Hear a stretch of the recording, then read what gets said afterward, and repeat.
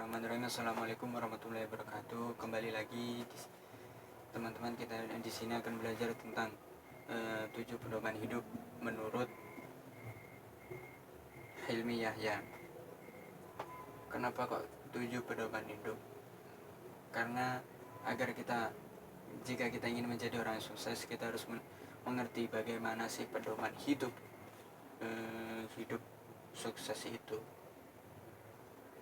Apa saja pedomannya? Di sini yang pertama yaitu hati-hati ketika diri kita sendiri. Kok kenapa dengan hati-hati dengan diri kita sendiri? Karena jika kita sendirian, kita akan berpikiran yang enggak atau berpikiran negatif. Jika kita ingin sukses, kita harus bisa mengelola waktu agar jika kita sendiri, kita bisa memanfaatkan waktu kesendirian itu agar kita menjadi orang yang sukses yang akan datang. Yang kedua yaitu hati-hati dengan lidah. Kenapa kita harus berhati-hati dengan lidah? Karena lidah itu bisa menyakitkan orang lain.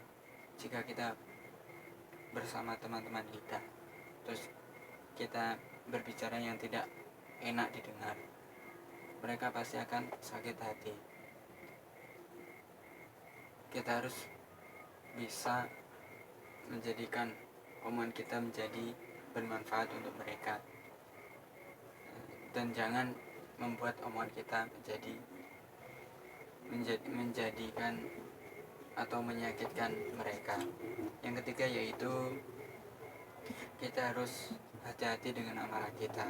Kenapa kita harus hati-hati dengan amarah kita? Terkadang amarah kita itu bisa melukai orang lain.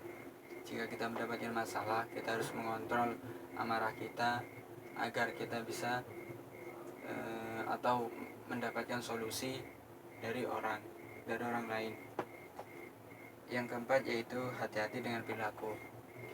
Ketika kita bersama teman-teman kita dan perilaku kita buruk, pasti teman-teman kita akan menjauh dari kita. Kenapa?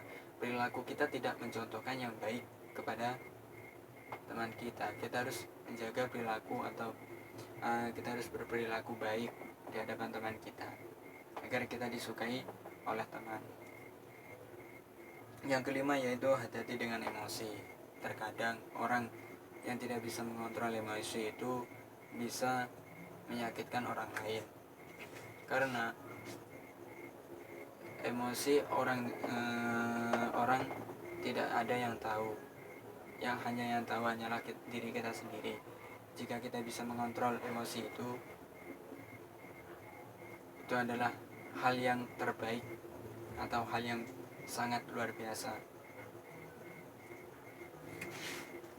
Yang keenam yaitu hati-hati dengan kesombongan.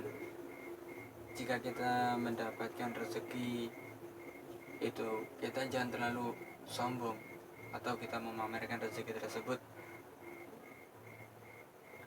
Kenapa? Karena rezeki itu di atas kita masih ada lagi.